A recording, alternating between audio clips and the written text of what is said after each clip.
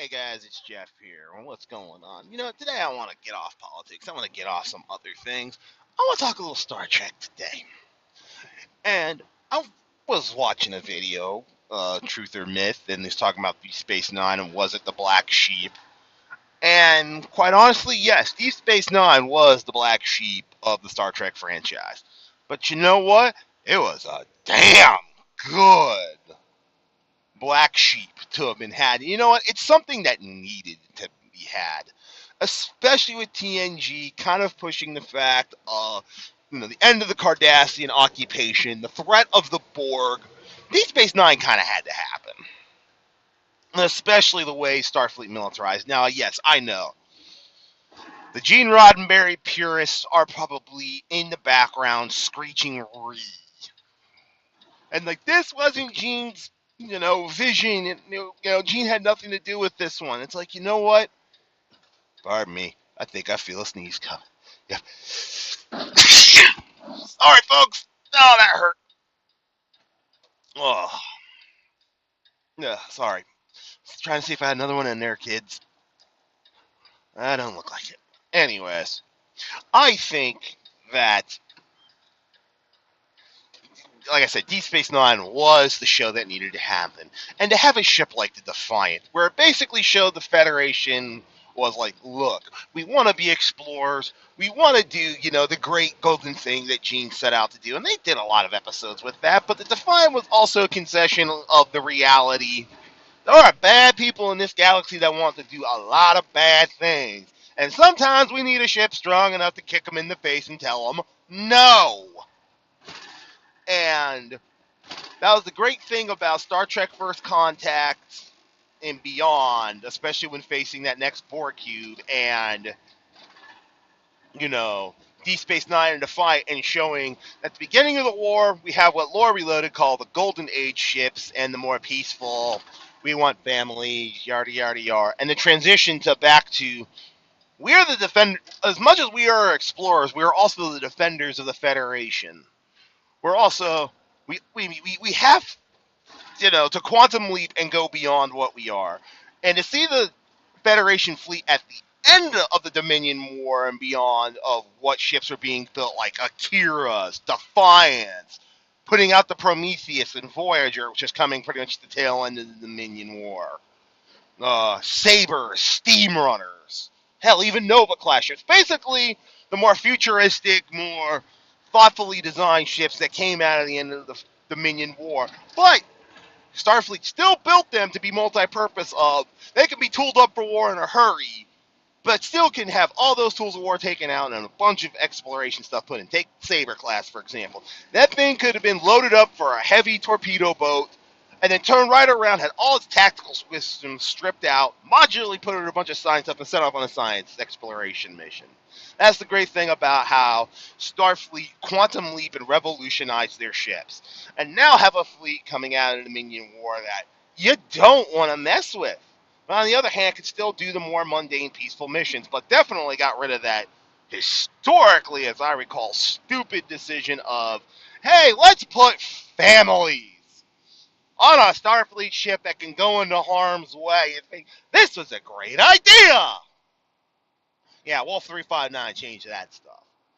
But going back to Deep Space Nine, it was probably some of the most well-written Star Trek, minus the clunkers. I know people are screeching, go along home, or whatever the name, something along home. Yes, I know, that episodes suck. But then you have episodes like In the Hands of the Prophets.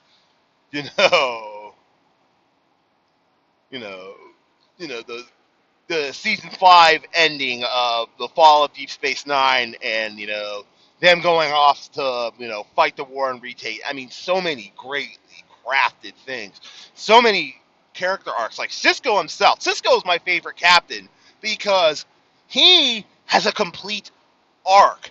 Here comes a man coming on the Deep Space Nine who didn't even want to be there, only got ordered and took his only son as a widower. And by the end of the series, he's willing to die for Bajor. He fully grows into becoming the emissary and enjoying it. I mean, he grows to love Bajor. What an arc for Cisco. And I loved what Avery Brooks had to say about, like, I didn't go out there trying to be the best black captain. I just went out there to be a great captain and a great character.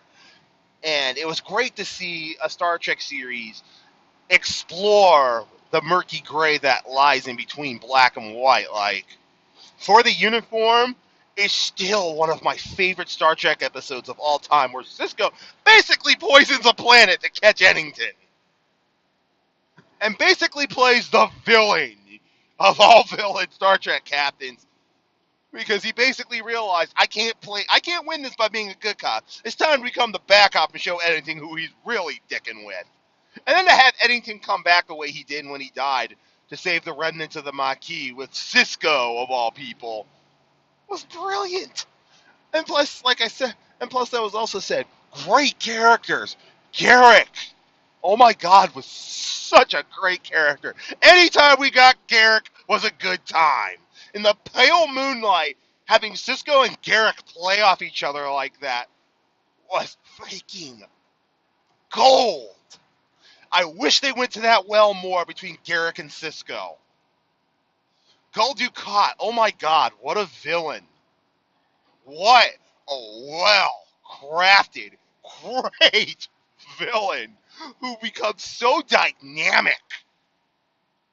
Oh my God, was Gul Dukat well done. And just acted to perfection. Kai Wynn, someone who's a third party who sometimes you hate her guts and the other times you're like, huh, I might actually like her a bit. And then just, all the characters. I mean, losing Jadzia at the end of season 6 hurt so bad. And Ezri, I just wish we'd had another season with her, because she was a special kind of someone that came out of nowhere, and I know they devoted and tried to shoehorn her every single second they could into season 7. But that was because they really didn't have a choice the way things went down with Dax. I just wish they would have let Terry Farrell have her way and become a recurring. And, Ezri could have, not been Dax, but, been her replacement as a trail, but not joined. And still had her time, but still had Dax in there. But we didn't get our wish. But all in all, Deep Space Nine and Captain Sisko is my favorite captain, because I keep telling people this. When the fecal mailer hits the rotor blades, who do you want leading you into the fight? I'm sorry, Sisko, hands down, has shown he is a great tactician, got balls of steel and an iron will to match, and you do not want to see that angry black man come out where he starts going ham. I mean, Picard has his moments where he went ham, especially in First Contact, where he finally snapped. And that was something I really wish TNG would have dove into with Picard a bit when, his pathological hatred of the Borg. That was something that was just really missed out and really dove into in First Contact.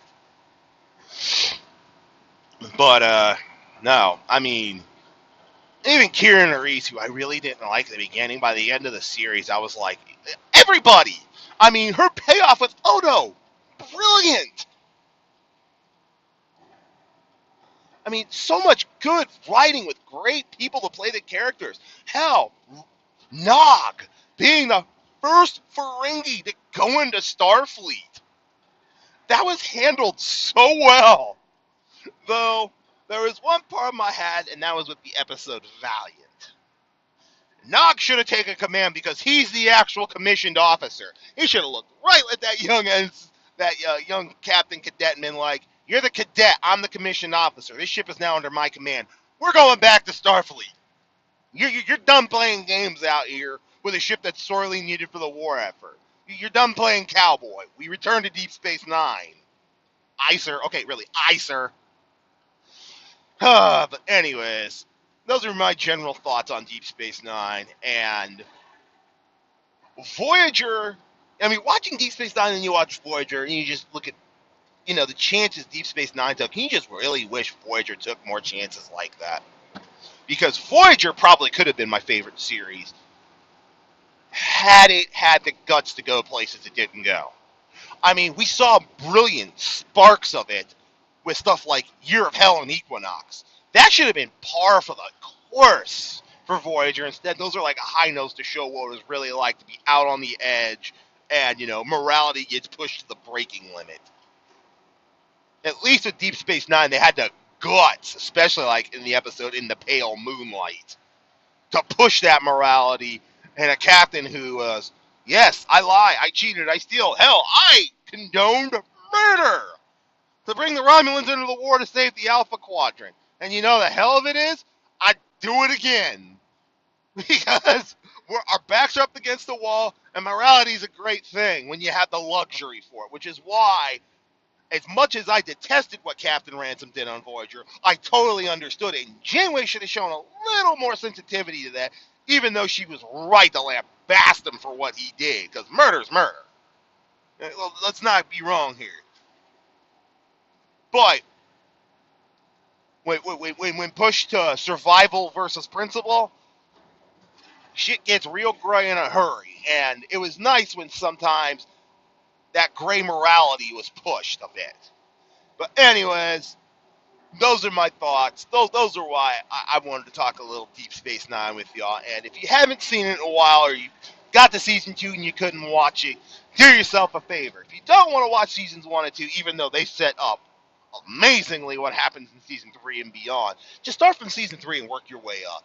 It's a ride. It's where you should put your money in Star Trek. I need to finish because I got some more part of season 6 and I got sidetracked, but I need to go back and finish Deep Space Nine because it's still a show to be watched.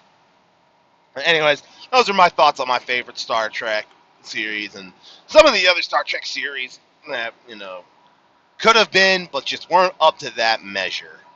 Anyways, I'm the Iron Wolf. That's some wolf talk for you. Catch you later.